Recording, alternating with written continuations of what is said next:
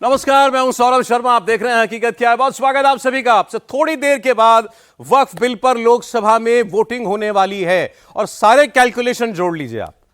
पूरी उम्मीद है, लगभग तय है कि मोदी सरकार यह बिल लोकसभा से पास आज करा लेगी। बिल पास कराने के लिए चाहिए 272 सांसद, लेकिन करीब 300 सांसदों का वोट मिलने वाले हैं सरकार को।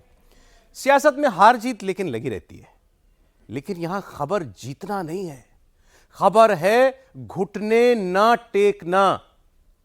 नरेंद्र मोदी के पास भी दो ऑप्शन थे। मौलानाओं और मुस्लिम बोर्ड के प्रेशर में आ जाते, घुटने टेक देते, वक्फ बिल को रोक लेते। बिहार का चुनाव आने वाला था, उसकी चिंता करते। मोदी के अलावा देश में अगर कोई भी और प्रधानमंत्री होता तो शायद यही करता, लेकिन यह मोदी है और मोदी ने यह नहीं किया। जो बाकी नेता सोचते हैं या करते हैं, नरेंद्र मोदी वो नहीं करते। नरेंद्र मोदी ने वो किया जो शायद मुसलमानों के लिए ही सही है। 200 मुसलमानों के सामने, मात्र 200 मुसलमानों के सामने मोदी ने सरेंडर नहीं किया। मोदी ने करीब 20 करोड़ मुसलमानों की चिंता की। अभी तक वक्फ से सिर्फ 200 मुसलमान परिवारों को फायदा हो रहा था, लेकिन अब 20 करोड़ मुसलमानों को पता चलेगा कि वक्फ के पास कितनी संपत्ति है, कितनी दौलत है, कितना पैसा आ रहा है, कौन यह पैसा खा रहा है, वक्फ की जमीन को कैसे कौड़ियों के दाम में बेचा जा रहा है। और याद रखिएगा, 2 अप्रैल 2025 की यह आज की तारीख। 2029 में अगर नरेंद्र मोदी एक बार फिर चुनाव जीतते हैं और उस वक्त अगर मुसलमानों ने मोदी को वोट दिया तो वजह यही वक्फ बिल बनेगा। कहा जा रहा है कि इस बिल से मोदी मुसलमानों का दिल जीतने जा रहे हैं। वक्फ बिल से मुसलमानों का दिल जीत सकते हैं नरेंद्र मोदी। आप कहेंगे कैसे? तो सुनिए ऐसे कि नरेंद्र मोदी साहब ने एक ऐसा ऐतिहासिक कदम उठाया है। मोदी जी का शुक्रिया करने के लिए हम सब खड़े हुए हैं। मोदी जी को हम शुक्रिया कर रहे हैं कि आपने हमारे लिए सोचा। पिछले 10 साल से उनके राज में बहुत सुरक्षित और रिस्पेक्ट से रह रहे हैं, तो हम तो उनके साथ हमेशा खड़े हैं। जो मुसलमानों के साथ अन्याय हुआ है उसके खिलाफ खड़े हुए हैं मोदी जी। अच्छा काम कर रहे हैं, मुसलमानों के हक में काम कर रहे हैं। मोदी जी का बहुत शुक्रिया अदा कर रहा हूँ कि ऐसे नेता मिले हमारे युवा बोर्ड को, बहुत अच्छा काम कर रहे हैं। मोदी जी के तय दिल से साथ है, बिल्कुल तय दिल से साथ है। वक्फ बिल से मुसलमानों का नुकसान नहीं होगा, मौलानाओं का शटर डाउन होगा। आप कहेंगे कैसे? तो सुनिए ऐसे। लोग जो भूमाफिया हैं, जिन्होंने वक्फ की प्रॉपर्टीज पर अवैध कब्जे करके और गरीबों के और पसमानदा तबकात के अधिकार छीने, उनके लिए बर्बादी का दिन है। आज उन लोगों के पेट में दर्द हो रहा है जो लोग कब्जा करे बैठे हुए हैं। विरोध में वही लोग हैं जिनके पास वक्फ बोर्ड की प्रॉपर्टी हजम की हुई है। वक्फ बिल से मुसलमानों को बम्पर नफा होने वाला है, लेकिन मौलानाओं को भयंकर नुकसान होने वाला है। और जो मुस्लिम बोर्ड, जो मौलाना वक्फ बिल के नाम पर इतना शोर मचा रहे हैं, इतना हो हंगामा कर रहे हैं, उन्हें भी अंदाजा हो गया है कि मोदी के मास्टर स्ट्रोक ने उनकी दुकान बंद करने का इंतजाम कर दिया है। अब ये बिल और ज्यादा ऑब्जेक्शनेबल है हमारे लिए और काबिल एतराज हो गया है। वक्फ का इंतजाम अब मुसलमानों के हाथ से ले लिया गया है। हमारी तो किसी आशंका को सरकार ने नहीं माना है। मुसलमानों को उनकी औकात दिखाने के लिए बिल लाया गया है। आज का दिन हिंदुस्तान की तारीख में मुसलमानों के लिए बदतरीन दिन है। हिंदुस्तान में इससे बड़ा हमला कभी नहीं हुआ। बीजेपी और मोदी जी, इन लोगों का इंटेंशन है कि वक्फ के जमीन को छीनना, प्रॉपर्टी को मुसलमान के हाथ से छीनने के लिए जो इनके षड्यंत्र है, ये केवल और केवल एक प्रचार करना और एक वर्ग को परेशान करने का काम है। हिंदुस्तान का प्राइम मिनिस्टर जब से नरेंद्र मोदी जी बने, कि हिंदुस्तान खतरे में आ गया। क्या चाहते हैं ये लोग? मुसलमान सब बर्दाश्त करेगा, लेकिन अपने मसाइल के अंदर, अपने मसलक के अंदर किसी भी चीज की गवर्नमेंट के इंटरफेयर बर्दाश्त नहीं करेगा। मुसलमान मोदी के करीब ना आए, मुसलमान मोदी से दूरी बनाए, इसके लिए क्या क्या तिकड़म नहीं अपनाए गए।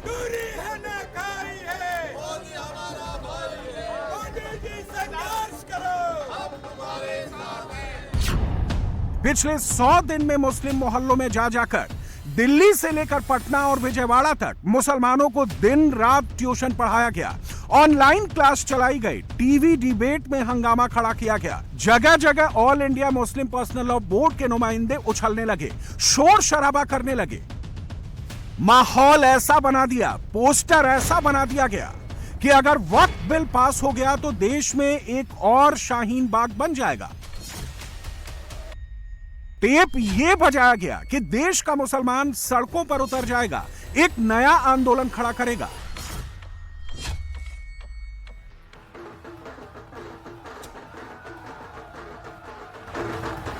लेकिन वक्त संशोधन बिल आ गया, देश की संसद में पेश भी हो गया, पूरे देश ने बिल पर चर्चा भी सुन ली। कहीं कोई आंदोलन नहीं हुआ, कहीं कोई मुसलमान सड़क पर नहीं आया। उल्टे मुस्लिम मोहल्लों में भाईजान ने, मुस्लिम महिलाओं ने मोदी की तस्वीरों के साथ जश्न मनाया। शुक्रिया मोदी, थैंक यू मोदी वाला मैसेज दिल्ली भिजवाया।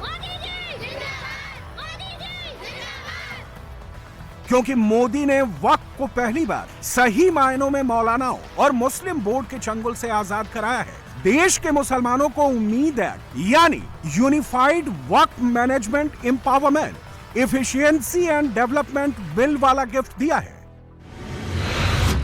आज चंद वोट के लिए, सत्ता के लिए हमारे मुसलमानों को आपने 70 साल से ज्यादा वोट बैंक बना करके गुमराह किया है। कितना और गुमराह करना चाहते हैं? अब हमारा देश में वोट बैंक की राजनीति नहीं चलेगा। मोदी और मुसलमानों के बीच जो एक काल्पनिक दुश्मनी थी, उस दुश्मनी का हमेशा हमेशा के लिए द एंड कर सकता है वक्फ बिल। और इसका असर क्या होगा? असर यह होगा कि अब मोदी को भी मुसलमानों का वोट मिलने का रास्ता खुल जाएगा। अगर वक्फ बिल मुसलमानों को सही से समझ में आ जाए, सारे कंफ्यूजन दूर हो जाए, तो फिर मोदी का मुस्लिम वोट पक्का हो जाएगा। मौलानाओं ने वक्फ बिल के नाम पर मुसलमानों को ना जाने क्या क्या ट्यूशन पढ़ाया, हर रोज धमकाया, भ्रम फैलाया, झूठ फैलाया। जमीन छिन जाएगी, कब्रिस्तान छिन जाएंगे, मस्जिद छीन ली जाएगी, मदरसों पर ताला लग जाएगा। मौलानाओं की टोली ने ऐसा ऐसा नैरेटिव बनाया, मुसलमानों की धार्मिक स्वतंत्रता छिन जाएगी, वक्फ की संपत्तियों पर सरकारी हस्तक्षेप बढ़ जाएगा, कलेक्टर राज अस्तित्व में आ जाएगा। मौलाना ब्रिगेड ने ऐसा ऐसा प्रपंच फैलाया। मुस्लिम वोट बैंक की राजनीति करने वाले इकोसिस्टम ने वक्फ बिल का विरोध करते करते संविधान की लाल डायरी दिखाई। काले लिबास में माथे पर पट्टा लगाकर संसद की सीढ़ियों पर बिल के खिलाफ माहौल बनाया। लेकिन मोदी सरकार ने साफ साफ लहजे में मुस्लिम बोर्ड को, इंडी के इकोसिस्टम को मैसेज भिजवा डाला। क्या डाला? यह देश संविधान से चलेगा, शरिया से नहीं चलेगा। ये पूरा झगड़ा जो चल रहा है, आपने नॉन हिंदू को रख दिया और नॉन मुस्लिम को रख दिया, गैर मुस्लिम को रखा। वो झगड़ा वक्फ में दखल करने का है। पहले तो वक्फ में कोई गैर इस्लामिक सदस्य आएगा ही नहीं, ये स्पष्टता समझ लीजिए। ना मुतवल्ली गैर इस्लामिक होगा, ना वाकिफ गैर इस्लामिक होगा। मान्यवर, वहां कोई प्रोविजन नहीं है। जो धार्मिक संस्थाओं का संचालन करते हैं उसमें कोई गैर मुस्लिम व्यक्ति रखने का प्रावधान किया भी नहीं है, हम करना भी नहीं चाहते हैं मान्यवर। इसलिए जो बड़े बड़े भाषण करते हैं कि समानता का अधिकार चला गया, दो धर्मों के बीच में समानता नहीं रही, मुसलमानों के धार्मिक अधिकारों के बीच में दखल खड़ी हो जाएगी, कुछ नहीं होने वाला मान्यवर। कहां पर गैर मुस्लिम सदस्य रखे जाएंगे? परिषद में और वक्फ बोर्ड में। उसका काम क्या है? उनका काम धार्मिक क्रियाकलापों को कुछ चलाने का नहीं है। इसलिए हम कह रहे हैं कि वक्फ वो ही कर सकता है जो इस्लाम का अनुयायी हो। अब आप उसका विरोध कर रहे हो, तो आप तो वक्फ में भी नॉन इस्लामिक आदमी चाहते हो। मान्यवर क्या कह रहे हैं? देश तोड़ दोगे आप लोग, तोड़ दोगे। हमने साहब, मैं अभी भी आपके माध्यम से, इस सदन के माध्यम से देश भर के मुसलमान भाइयों बहनों को कहना चाहता हूं, आपके वक्फ में एक भी नॉन मुस्लिम नहीं आएगा। ये एक्ट में ऐसा कोई प्रावधान नहीं। मगर जो वक्फ बोर्ड है और वक्फ परिषद है, उसका काम क्या है? वक़्फ़ की संपत्तियां मान्यवर बेच खाने वाले लोगों को पकड़कर इसके बाहर निकालने का वो चाहते हैं कि इनके राज में जो मिलीभगत चली वो चलती रहे, ये नहीं चलेगी। आजकल लाल किताब बहुत घूमती है, जब भी कोई विषय होता है संविधान की लाल किताब दिखाते हैं। सर, हम संविधान की हरी किताब लेकर के आए हैं जो संसद में रखी हुई है, तो मैं इसी को दिखाऊंगा आज। दिल से तो कहते हैं कि हम चाहते हैं संशोधन हो, लेकिन राजनीतिक मजबूरी इनके पैर पीछे खींचती है। सर, बहुत सालों से राग वही है, सुर वही है, तीखापन वही है, भाषा वही है। आप इस बिल का विरोध करते हैं तो क्यों करते हैं? इसका जवाब नहीं दे रहे। और मैं चाहूंगा सब लोग मेरी बात पर जवाब दें कि आपको इस बिल से क्या परेशानी है। नंबर 2, क्या आप चाहते हैं कि वक्फ की प्रॉपर्टी हड़पने, लूटने, दलाली, बिचौलियों के बीच में रहे या गरीबों के लिए काम में आए? अब मौलानाओं को लग रहा है कि उनका जो सीक्रेट खजाना था वो खजाना लूटने वाला है, और उनके इस डर की एक वजह है, क्योंकि कहीं कोई मस्जिद नहीं छीनी जा रही, कोई कब्रिस्तान मुसलमानों के हाथ से नहीं जा रहा है, कोई मदरसा बंद नहीं हो रहा है। अगर वक्फ बिल आने के बाद कुछ बंद हो रहा है तो वो है मौलानाओं की दुकान। वक्फ की प्रॉपर्टी को सही मायनों में पहली बार कब्जा करने वालों से आजादी मिल रही है। इसलिए देश का मुसलमान, मुस्लिम महिलाएं, हर कोई जश्न मना रहा है, और मौलानाओं की टोली, मुस्लिम बोर्ड में शामिल मुफ्तियों की टोली जश्न मनाते हुए मुसलमानों की इन तस्वीरों को देखकर मातम मना रही है। और ऐसा क्यों है, ये किरण रिजिजू ने बता दिया है। वक्फ पे यूजर में कुछ लोग ने शंकाएं व्यक्त किया है, कह रहा कि वक्फ पे यूजर हटाने का बाद अब सरकार जो है मस्जिदें छीन लेंगे, दरगाह छीन लेंगे, मुसलमानों का प्रॉपर्टी छीन लेंगे, ऐसे बोलते हुए मैंने सुना है। इस तरह का कई जगह में बोला है। मैं इसमें साफ साफ कहना चाहता हूं, जो प्रॉपर्टी रजिस्टर्ड हो चुके हैं, जब नमाज पढ़ते हैं, रजिस्टर्ड है, डॉक्यूमेंट है, उस पे कोई हस्तक्षेप नहीं होगा। ये कानून प्रोस्पेक्टिव है, रेट्रोस्पेक्टिव नहीं है। ये आप लोग बहुत क्लियर से सुन लीजिए, ये किसी का जमीन छीनने का कानून नहीं है। ये किसी का राइट, किसी का हनन करके उसका प्रॉपर्टी को हड़पने का नहीं है। वक्फ बिल ने सिर्फ मौलानाओं की दुकान पर ताला नहीं लगाया है, मौलानाओं की टोली के भरोसे चलने वाली जो पार्टियां थी, उन पार्टियों का भी शटर परमानेंटली डाउन कर दिया है। और शटर डाउन होता देख सबसे ज्यादा मिर्ची कांग्रेस पार्टी को लगी है। तभी तो वक्फ प्रॉपर्टी को कब्जा करने वालों को डिफेंड करने के लिए कांग्रेस के सांसद लोकसभा में एक बार फिर लाल डायरी दिखाने लगे। सदन के बाहर कांग्रेस के राज्यसभा सांसद काले कपड़ों में, माथे पर काला पट्टा और हाथों में रिजेक्ट वक्फ बिल वाला पोस्टर दिखाकर माहौल बनाने लगे। यूट्यूब पर तरह तरह के कैप्शन लगाकर कांग्रेस वाले वायरल कराने लगे। और यह सियासी ड्रामा इसलिए रचा गया क्योंकि कांग्रेस जैसी जिस वोट बैंक वाली पार्टी को मौलानाओं के दम पर मुस्लिम वोट मिलता था, अब उस कांग्रेस को लग रहा है कि कहीं वक्फ बिल के आ जाने के बाद मोदी ने उनके परंपरागत मुस्लिम वोट बैंक में सेंध तो नहीं लगा दी, उनसे मुसलमानों का वोट बैंक तो नहीं छीन लिया। क्योंकि जैसे ही लोकसभा में किरण रिजिजू ने कांग्रेस के तुष्टीकरण और वक्फ माफियाओं को खुली छूट देने वाली कहानी सुनाई, पूर्व की यूपीए सरकार का सारा कच्चा चिट्ठा खोल दिया। कांग्रेस का खेमा तिलमिला गया और गौरव गोगोई मुसलमान करने लगे। 123 प्रॉपर्टी, अगर आज हम ये संशोधन लेके नहीं आते तो जिस सदन में हम बैठे हैं, ये पार्लियामेंट बिल्डिंग, इसको भी क्लेम किया जा रहा था। 5 मार्च 2014 को उस समय का यूपीए सरकार ने 123 प्राइम प्रॉपर्टीज को, जो housing and urban development ministry के तहत आता है, उसको आपने दिल्ली वक्फ बोर्ड को ट्रांसफर कर दिया।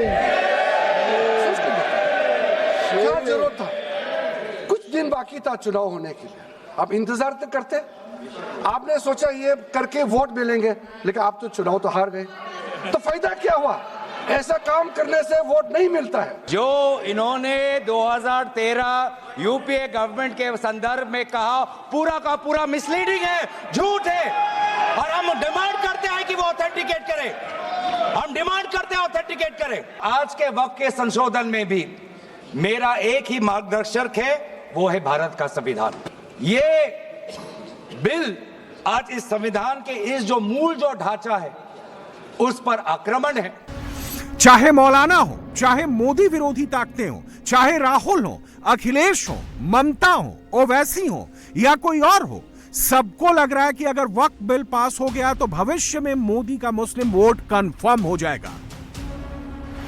लोकसभा में बिल पेश होने के बाद देश के कोने कोने से मुस्लिम मोहल्लों में जैसी प्रतिक्रिया देखने को मिल रही है, मुसलमान जिस तरह से जश्न मना रहे हैं वो इस बड़े सियासी शिफ्ट की ओर इशारा कर रहा है। और यह भी करीब करीब तय हो गया है कि आने वाले समय में मोदी विरोधियों का 20% उनसे छिन जाएगा, वो मोदी के पाले में आ जाएगा। रही बात वक्फ बिल की, तो अब यह क्लियर हो चुका है कि यह बिल मुसलमानों से कुछ भी छीनने वाला नहीं है। वक्फ की प्रॉपर्टी पर कब्जा जमाए बैठे मौलानाओं से और माफियाओं से छीनकर वापस मुसलमानों को सौंपने वाला है। और जो पार्टियां इस बिल का विरोध कर रही हैं, वो आने वाले समय में मुस्लिम वोट भी गंवाएंगी और बिल का समर्थन करने वाले ईसाई समुदायों से भी दूरी बढ़ाएंगी। मान्यवर, आज देश के कई गणमान्य चर्च और चर्च के समूह वक्फ बिल का समर्थन कर रहे हैं।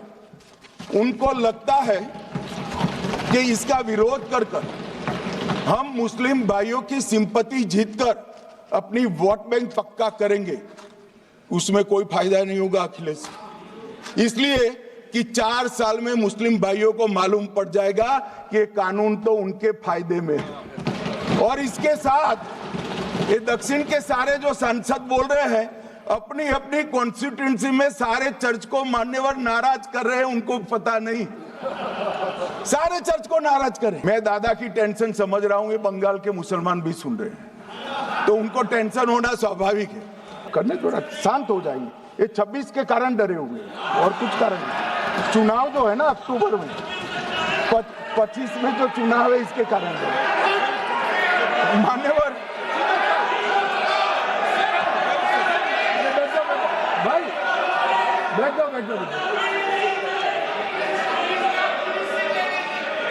मान्यवर,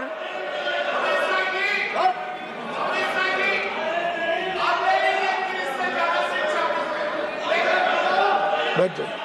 बंगाल में आकर कहूंगा, ये राजनीतिक हिसाब किताब का अखाड़ा नहीं है, छाती पर ठोक कर कहूंगा, ज्यादा सिखाएंगे।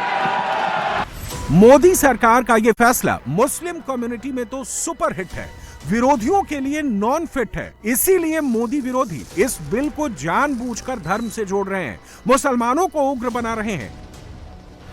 बिल पर चर्चा के दौरान विपक्ष की ओर से सपा के अखिलेश यादव ने भी अपनी राय रखी, लेकिन अखिलेश वक्फ करते करते कभी चीन पहुंच गए, कभी कुंभ और कारोबार वाले स्क्रिप्ट पढ़ने लगे। जब इससे मन नहीं भरा तो शेरो शायरी करने लगे और वक्फ बिल के बहाने अपनी मुस्लिम वोट बैंक वाली सियासत करने लगे। मोदी की पार्टी का नया अध्यक्ष ढूंढने लगे। जो पार्टी ये कहती हो कि दुनिया की सबसे बड़ी पार्टी है, अध्यक्ष महोदय वो अपना राष्ट्रीय अध्यक्ष नहीं चुन पाए अभी तक। अध्यक्ष महोदय भारतीय जनता पार्टी क्या है?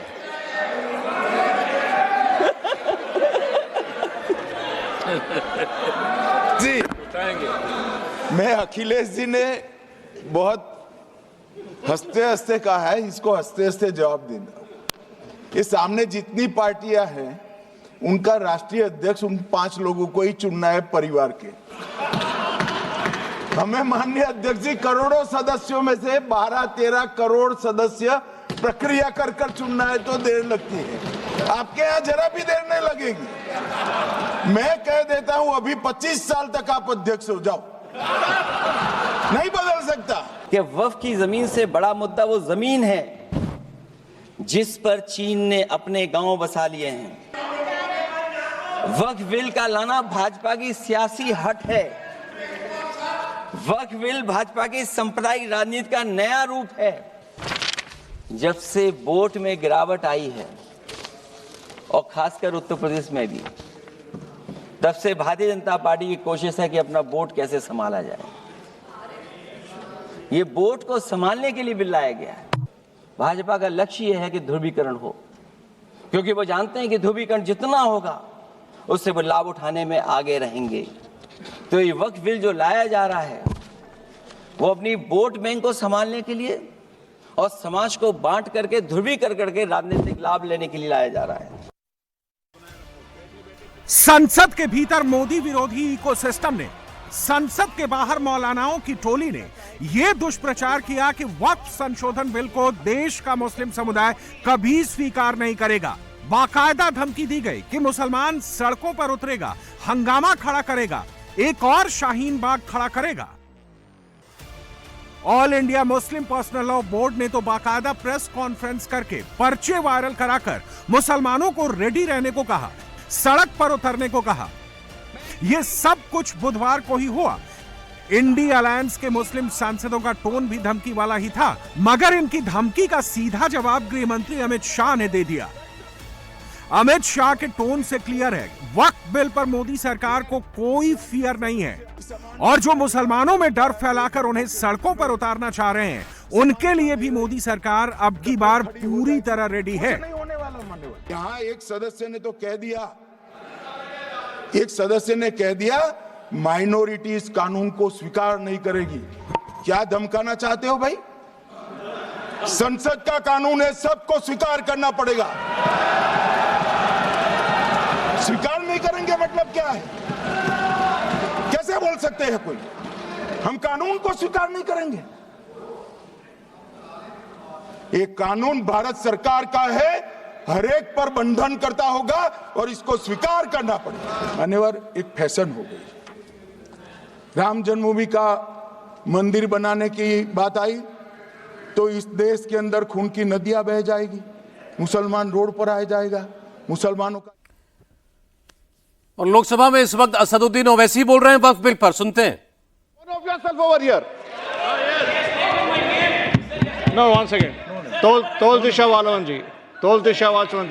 மாண்புமிகு அவைத்தலைவருக்கு வணக்கம். இந்த வக்ஃப் திருத்த சட்ட மசோதாவை முற்றாக நான் எதிர்க்கிறேன். இது இஸ்லாமியர்களுக்கு மட்டுமல்ல, ஒட்டுமொத்த.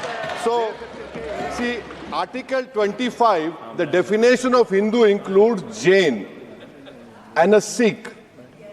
That he does not know about it. So, and a Buddhist.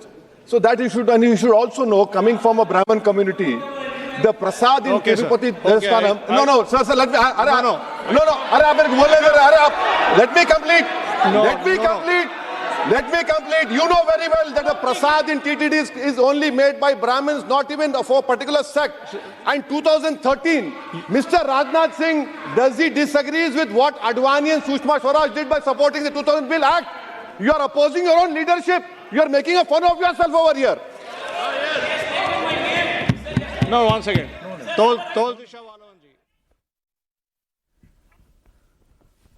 मुस्लिम मोहल्लों में लड्डू बंटने शुरू हो गए हैं। आप सोचिए कौन बांट रहा है लड्डू?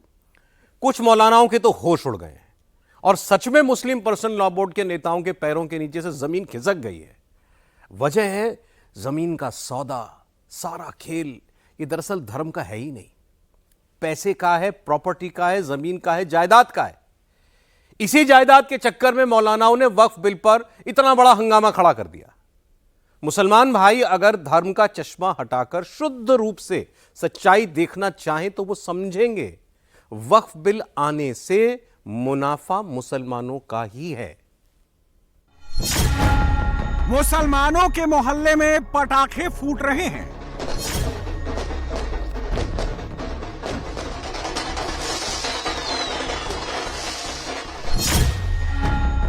मुसलमानों के मोहल्ले में आतिशबाजियां चल रही हैं।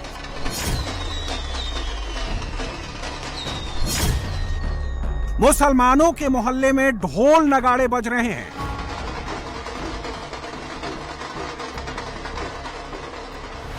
में जो वक्फ बोर्ड के लोगों ने बैठे हुए हैं वो गरीबों के हित में मोदी जी ला रहे हैं, वो आगे चल के गरीबों के हित में मोदी जी काम करेंगे। मुसलमानों के मोहल्ले में लड्डू बंट रहे हैं।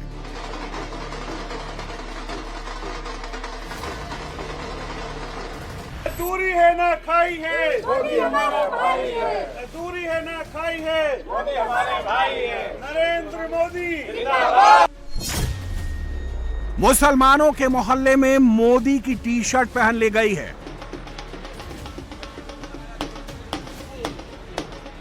वक्फ की प्रॉपर्टी को अभी तक के कांग्रेस, सपा, बसपा और इंडिया मुस्लिम पर्सनल बोर्ड के लोगों ने हजम किया है, हड़पा है, उसका बेजा इस्तेमाल किया है। इंशाल्लाह इस बिल के आने के बाद वो इस्तेमाल बंद हो जाएगा और वो सारी प्रॉपर्टी का इनकम और जो प्रॉपर्टी दबाया इन लोगों ने उसको जांच के बाद निकाल कर हमारे कौम के हवाले की जाएगी। अब हमारे कौम को किसी के सामने हाथ फैलाने की आवश्यकता नहीं पड़ेगी। मुस्लिम महिलाएं नरेंद्र मोदी का शुक्रिया कर रही हैं।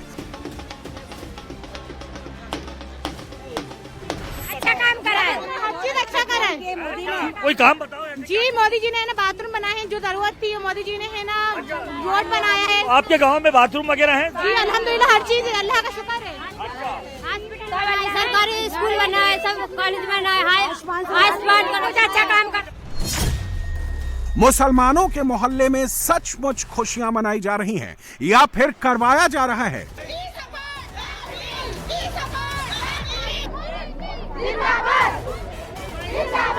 अस्पताल में ये तो नहीं कि मीडिया के कैमरे देख के बोल रहे हो। नहीं। गैस चूल्हे दिए हर घर में, नहीं तो यूज नहीं निकाले। हाँ सब इससे मिल रहे 1250 रुपए सबको। हाँ सबको मिल रहा है। हम लोग इससे इलाज फ्री हो रहा है ना, हेमाल इलाज फ्री हो रहा है, उससे गैस हुआ है, रोड बनवा है। क्या वक्फ के आने से सचमुच आम मुसलमान खुश है?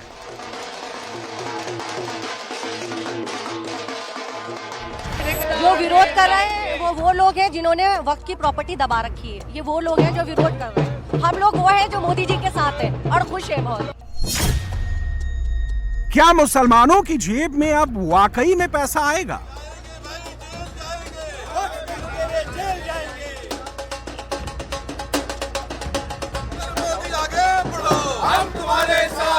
जो गरीब लोग हैं, जो मिस्कीन हैं, जो बेवाएं हैं, जो यतीम हैं, जो दबला कुचला वर्ग है, वो इसका हमेशा और हमेशा स्वागत करेगा, क्योंकि उन्हीं को बेनिफिट होगा।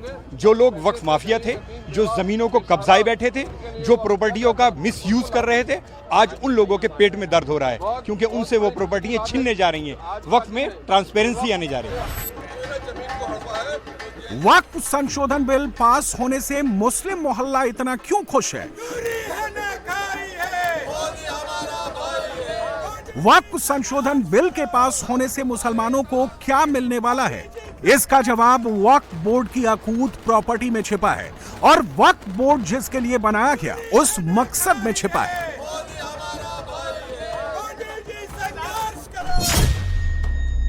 सरकार का दावा है कि वक्फ बोर्ड के असल मकसद को भुला दिया गया, वक्फ के नाम पर अवैध कब्जा किया गया और वक्फ के नेताओं ने धर्म के नाम पर मुसलमानों को डराया और गुमराह किया। गरीब मुसलमानों की जगह पर्सनल फायदा लिया, सिर्फ मुसलमानों का नुकसान किया। कैसे वक्फ बोर्ड ने मुसलमानों का नुकसान किया, पहले वो जान लीजिए। 2006 में 4,90,000 वक्फ के पास प्रॉपर्टी थी, तब इनकम 163 करोड़ थी। 7 साल बाद 2013 में बदलाव के बाद प्रॉफिट का आंकड़ा सिर्फ 166 करोड़ है, इनकम सिर्फ 3 करोड़ बढ़ी। वक्फ बोर्ड के पास आज 8,72,000 वक्फ प्रॉपर्टी है। सच्चर कमेटी ने कहा था कि अगर वक्फ बोर्ड बेहतर प्रबंधन करता, मुसलमानों के लिए सोचता, तो वक्फ बोर्ड 12,000 करोड़ का इनकम जनरेट कर रहा होता। सर 2006 में 4.9 लाख वक्फ प्रॉपर्टी था। 4.9 लाख वक्फ प्रॉपर्टी में टोटल इनकम था 163 करोड़। कौन खाते थे? 163 करोड़। और आपने 2013 में बदलाव करने के बाद आज इनकम कितना बढ़ा है वो भी मैं बता देता हूं। जरूर। हो गया 166 करोड़। 3 करोड़ बढ़ा है। कैसे मंजूर कर सकता है हम लोग इस महान सदन में बैठ करके? अगर इतना 10 सालों के बाद भी दुनिया का सबसे ज्यादा प्रॉपर्टी का टोटल इनकम जनरेशन 3 करोड़ बढ़ता है, तो ये हम कभी मंजूर नहीं कर सकता अध्यक्ष महोदय। इसलिए उस समय कहा गया था, मैं अभी का नहीं बता रहा हूं, सचर कमेटी समय में भी कहा गया है कि अगर थोड़ा सा एफिशिएंटली मैनेज करता तो 12,000 करोड़ पर ईयर तो उसी समय जनरेट हो जाना चाहिए था नॉर्मल मार्केट रेट से। और 12,000 करोड़ अगर वो प्रॉपर्टी से रेवेन्यू जनरेशन करता है, कितना लाखों करोड़ों मुसलमानों को फायदा होगा, आप सोच के देखिए। किरण रिजिजू ऐसे ये बात नहीं कह रहे हैं, जो आंकड़े हैं वाकई वक्फ बोर्ड पर सवाल कर रहे हैं। 2023-24 में वक्फ बोर्ड को 1.3 करोड़ इनकम हुई, 2022-23 में 15 करोड़, 2021-22 में 35 करोड़, 2020-21 में 102.6 करोड़, 2019-20 में 150.4 करोड़, 2018-19 में 150.6 करोड़, 2017-18 में 146.5 करोड़, 2016-17 में 122.7 करोड़, 2015-16 में 81.1 करोड़, 2014-15 में 86.7 करोड़। जबकि सच्चर कमेटी और सरकार का दावा है कि इससे कहीं ज्यादा कमाई होती, जिससे आम मुसलमानों के हित के लिए काम होते। जबकि वक्फ बोर्ड ने मुसलमानों के साथ अब तक मजाक किया, वक्फ बोर्ड मुसलमानों के हित के साथ धोखा किया। मस्जिद चली जाएगी, दरगाह चली जाएगी, सरकार सब पर कब्जा कर लेगी, ऐसे नैरेटिव से सिर्फ मुसलमानों को गुमराह किया। इसके उलट वक्फ बोर्ड ने सेक्शन 40 को हथियार बनाकर जमीनें कब्जा की। सेक्शन 40 में वक्फ बोर्ड किसी की भी जमीन को वक्फ प्रॉपर्टी डिक्लेयर कर देता था। नतीजा यह हुआ कि वक्फ के पास अभी 8,72,804 प्रॉपर्टी है, 58,898 प्रॉपर्टी पर अतिक्रमण है, 13,200 प्रॉपर्टी विवादास्पद है। मतलब बिल से 70,000 से ज्यादा प्रॉपर्टी पर असर पड़ेगा। लेकिन अब वक्फ बिल संशोधन में वक्फ बाई यूजर के लिए सेक्शन 40 को हटा दिया गया है। उसमें क्लियरिटी दे दी गई है, जो प्रॉपर्टी रजिस्टर्ड है उसमें कोई हस्तक्षेप नहीं करेगा। यह जमीनें छीनने का कानून नहीं है, राज्य सरकार को इसमें अधिकार दिया गया है। जो रजिस्टर्ड है उसमें कोई विवाद नहीं होगा, जो विवादास्पद प्रॉपर्टी है उसे बिल में हटाया नहीं जा सकता। ऐसा ही है सेक्शन 40 में, किसी भी जमीन को आप वक्फ प्रॉपर्टी डिक्लेयर कर देता था, वो प्रॉपर्टी को हमने हटा दिया है। वो कोई भी जमीन को वक्फ प्रॉपर्टी डिक्लेयर करके फिर किसी गरीब के लिए नहीं करना है। वो लोग, कुछ लोग, चंद लोग अपने के लिए, अपने फायदा के लिए इस्तेमाल करते हैं। ओवैसी मैं तो नाम नहीं लूंगा, लेकिन सर ये प्रावधान को इतना मिसयूज हुआ, इसलिए तो इतना लाखों प्रॉपर्टी का संख्या बढ़ गई। अब किसी प्रॉपर्टी को कैसे आप क्लेम कर सकते हैं? इसलिए इस सेक्शन 40 की वजह से, अध्यक्ष महोदय जी, इस सेक्शन 40 की वजह से कई मुद्दे इस देश में आया है। आज पूरा हमारा देश का क्रिश्चियन कम्युनिटी, जो कैथोलिक चर्च काउंसिल के लोग, भारत चर्च ग्रुप के लोग, केरला में हो या देश भर में, आज पुकार के क्यों कह रहा है कि वक्त संशोधन बिल जल्दी पारित होना चाहिए। वो इसलिए कि सेक्शन 40 का मिसयूज होता था। सर आप सोचिए, केरला का एमपी, तमिलनाडु का एमपी लोग तो सोचिए, अगर आपने गलती से इस बिल का विरोध कर दिया तो आप क्या विरोध झेलना पड़ेगा बाहर में। आप कल्पना कीजिएगा अभी से। वक्फ बिल को लेकर मुसलमान जितना कंफ्यूज था, जितना गुमराह था, जितना भड़काया गया था, मोदी सरकार ने सब कुछ शीशे की तरह साफ कर दिया है और यह भी बता दिया है कि कैसे वक्फ मुसलमानों के हित के नाम पर बेईमानी करता था, चोरी करता था, जमीन कैसे निकाल ली जाती थी। कर्नाटक में दत्तापीठ के मंदिर पर क्लेम किया, तालीपरंबा 75 साल पुराने एक दावे के आधार पर 600 एकड़ जमीन का दावा किया और ईसाई समुदाय की भी ढेर सारी जमीनों पर कब्जा कर लिया गया। मान्यवर, आज देश के कई गणमान्य चर्च और चर्च के समूह वक्फ बिल का समर्थन कर रहे हैं। उनको लगता है कि इसका विरोध कर हम मुस्लिम भाइयों की सिंपैथी जीतकर अपनी वोट बैंक पक्का करेंगे।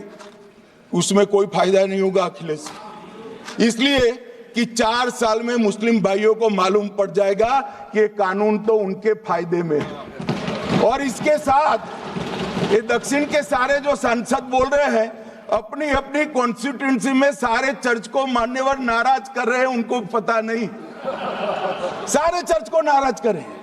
सारे चर्च ने रिजोल्व किया है कि हम खिलाफ इसका हम समर्थन करते हैं। मान्यवर, तेलंगाना में 66,000 करोड़ की 1700 एकड़ जमीन पर दावा कर दिया। असम में मोरीगांव जिले की 134 एकड़ भूमि पर दावा हुआ। गुरुद्वारा से संबंधित हरियाणा की 14 मरला भूमि को वक्फ को सौंप दिया। और मान्यवर, प्रयागराज में चंद्रशेखर आजाद पार्क को भी वक्फ घोषित किया।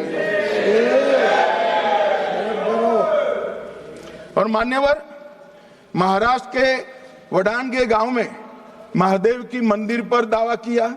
और बीड में कंकलेश्वर मंदिर की 12 एकड़ जमीन वक्फ बोर्ड ने जबरन ले ली। मान्यवर, ये सब जब जो चल रहा है, इसमें आज भी मैं स्पष्ट करना चाहता हूं, वक्फ जो कि मुस्लिम भाइयों की धार्मिक क्रियाकलाप और उनके बनाए हुए दान से ट्रस्ट है, उसमें सरकार कोई दखल करना नहीं चाहती है। मुतवल्ली भी उनका होगा, वाकिफ भी उनका होगा, वक्फ भी उनका होगा। परंतु वक्फ की संपत्ति, इसका रख रखाव ठीक से हो रहा है नहीं। वक्फ का संचालन कानून के हिसाब से हो रहा है, निजी उपयोग के हिसाब से। सैकड़ों साल पहले किसी बादशाह ने दान किया, हमारी भाषा में कहो तो धर्मादा किया। अब इसकी संपत्ति को आप 12,000 रुपये में 5 सितारा होटल बनाने के लिए दे देते हो, ये उचित है क्या?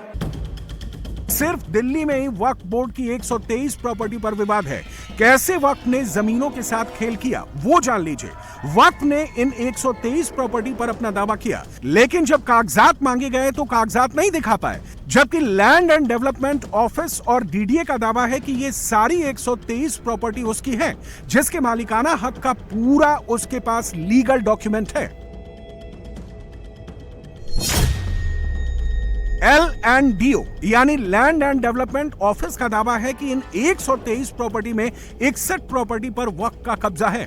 62 पर डीडीए यानी दिल्ली डेवलपमेंट अथॉरिटी अपना दावा जता रही है। इसमें निजामुद्दीन में मशहूर मदीना मस्जिद है, जिसकी 9 एकड़ की जमीन पर वक्फ दावा करता है, जिसकी कीमत अरबों में है। खुसरो पार्क की 13 एकड़ जमीन पर वक्फ का दावा है। दिल्ली के 5 स्टार ओबराय होटल के सामने है, यहाँ भी कीमत अरबों में है। तिकोना कब्रिस्तान, सोनेरी बाग मस्जिद, जब्तागंज की शाही मस्जिद, संसद के जामा मस्जिद पर भी वक्फ का दावा है। ऐसी 123 दिल्ली की प्रॉपर्टी हैं जिस पर वक्फ का दावा तो है, लेकिन साबित नहीं कर पाई है। इन जमीनों पर बड़ी बड़ी बिल्डिंगें बन चुकी हैं, दुकानें हैं, घर हैं या फिर इंक्रोचमेंट है। 2013 में वक्फ पे यूजर जो आपने प्रावधान डाला, उसके बाद 1970 से एक केस चल रहा था दिल्ली के अंदर में। दिल्ली के अंदर में हमारा सीजो कॉम्प्लेक्स है, पार्लियामेंट बिल्डिंग है, कई प्रॉपर्टीज है। और इसको वक्फ बोर्ड, दिल्ली वक्फ बोर्ड ने क्लेम किया कि ये वक्फ प्रॉपर्टीज है। उसके बाद ये केस चल रहा था अदालत में। उस समय यूपीए सरकार ने पूरा सारा जमीन को डी नोटिफाई करके वक्फ बोर्ड को दे दिया। 123 प्रॉपर्टी। अगर आज हम ये संशोधन लेके नहीं आते तो जिस सदन में हम बैठे हैं, ये पार्लियामेंट बिल्डिंग, इसको भी क्लेम किया जा रहा था। एयरपोर्ट, बसंत विहार। और अगर नरेंद्र मोदी जी का सरकार नहीं आते, अगर यूपीए का सरकार कंटिन्यू रहता, तो क्या क्या बिल्डिंग को डी नोटिफाई किया जाना था। 123 प्रॉपर्टी को तो डी नोटिफाई किया। मैं रिकॉर्ड में कह रहा हूं, अपने मन से कुछ नहीं कह रहा हूं, मैं ऑफिशियल रिकॉर्ड का बात बता रहा हूं अध्यक्ष महोदय। वक्फ बोर्ड ने कैसे वक्फ बिल के सेक्शन 40 के नाम पर जमीनें हड़पी, इसका एक एग्जाम्पल ये है तमिलनाडु का तिरुचेंदुरई गांव। तिरुचेंदुरई का ये मंदिर सदियों पुराना मंदिर है। कहा जाता है कि 8वीं सदी का मंदिर है, यानी कि ये मंदिर 1500 साल पुराना है। वक्फ बोर्ड ने यहां 330 एकड़ जमीन को अपना बता दिया। मड़ेडियावल्ली चंद्रशेखर स्वामी मंदिर की जमीन पर भी वक्फ बोर्ड ने दावा किया। इस पूरे गांव की जमीन को वक्फ ने अपनी बता दी। 2022 में राजगोपाल नाम के एक किसान ने अपनी खेती की जमीन बेचने की कोशिश की। राजगोपाल को लोन चुकाना था, लेकिन वो अपनी जमीन बेच नहीं पाए। रजिस्ट्रार ऑफिस में कहा गया कि वक्फ ने गांव की सारी जमीन पर अपना अधिकार जता दिया है। ऐसे में बिना वक्फ बोर्ड की एनओसी के कोई भी जमीन खरीदी या बेची नहीं जा सकती। यहां तक कि रजिस्ट्रार दफ्तर में इस बाबत एक नोटिस भी चस्पा कर दिया गया। लेकिन जब इस मसले को लेकर बवाल मचा तो डीएमके सरकार ने दखल दिया और कहा कि जमीन की रजिस्ट्री के लिए वक्फ बोर्ड से एनओसी की कोई जरूरत नहीं है। लेकिन तमिलनाडु वक्फ बोर्ड अभी भी इस दावे पर कायम है कि गांव की जमीन वक्फ की है, लेकिन इससे जुड़ा कोई डॉक्यूमेंट अब तक पब्लिक नहीं किया गया है। कर्नाटक के विजयपुरा जिले के किसानों ने शिकायत दर्ज करवाई कि उनकी 1200 एकड़ जमीन को वक्फ बोर्ड ने अपनी जमीन बता दी। बवाल मचा तो कर्नाटक सरकार ने किसानों को इस सिलसिले में जारी किए गए नोटिस को रद्द कर दिया और भरोसा दिलाया कि किसानों की जमीन वक्फ को नहीं लेने दी जाए। तमिलनाडु की 18 गांवों की जमीन पर भी वक्फ बोर्ड अपना दावा ठोक चुका है, जिसमें कहा गया है कि इन गांवों में मौजूद 389 एकड़ जमीन वक्फ बोर्ड की है, जिसे 1954 के सर्वे के आधार पर सरकार द्वारा दिखाया गया था। बताया जा रहा है कि वक्फ बोर्ड की तरफ से 220 पन्नों का एक दस्तावेज तैयार करके सब रजिस्ट्रार ऑफिस में दिया गया है, जिसके आधार पर किसानों की जमीन बेचने पर फिलहाल रोक लगा दी गई है। यमुनानगर जिले के जटलाना गांव में गुरुद्वारा वाली जमीन को वक्फ को हस्तांतरित कर दिया गया। श्री गुरुद्वारा साहिब और श्री बाबा बंदा सिंह बहादुर सेवा ट्रस्ट के मुताबिक 1968 में वक्फ बोर्ड उस जमीन को अपनी करार देते हुए अदालत में गया था, जिस पर लंबे समय से मामला न्यायालय में ही विचाराधीन था। अदालत ने वक्फ बोर्ड के हक में फैसला सुना दिया, लेकिन ये जमीन उनके पुरखों की है। केरल के मुनानबरम में 610 परिवारों का केस है। इनमें 510 ईसाई और 100 हिंदू परिवार हैं। ये लोग मुनानबरम प्रॉपर्टी नाम से मशहूर 404 एकड़ जमीन के लिए कानूनी लड़ाई लड़ रहे हैं। लोगों के मुताबिक उन्होंने फारूक कॉलेज मैनेजमेंट से ये जमीन खरीदी थी। 2019 में वक्फ बोर्ड ने उनकी जमीन वक्फ संपत्ति के तौर पर रजिस्टर कर ली। अब वो सरकार से लोगों को बेदखल करने की मांग कर रहा है। लोग सालों से लैंड टैक्स भर रहे थे। 2022 में इन्हें बताया गया कि टैक्स नहीं भर पाएंगे, ना ही कोई जमीन बेच सकता या गिरवी रख सकता है। मुननबरम प्रॉपर्टी के विवाद को लेकर केरल हाई कोर्ट की सिंगल बेंच, डिवीजन बेंच और वक्फ ट्रिब्यूनल में कई मामले चल रहे हैं। हैरानी इस बात की है कि वक्फ बोर्ड और उनके पक्ष में हाय तौबा मचा रहा विपक्ष क्यों इस बात को नहीं बता रहा। सच्चाई ये है कि वक्फ बोर्ड ने सेक्शन 40 के बहाने जमीनों पर अवैध कब्जा किया, पर्सनल फायदे लिए, और जब ये वक्फ संशोधन बिल लागू हो जाएगा तो ये सब हाथ से चला जाएगा।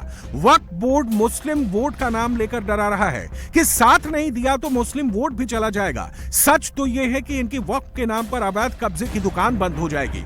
वोट बैंक बनने की बजाय वक्फ बोर्ड और उसकी सियासत करने वाली पार्टियों को इसकी हकीकत मुसलमानों को समझानी होगी।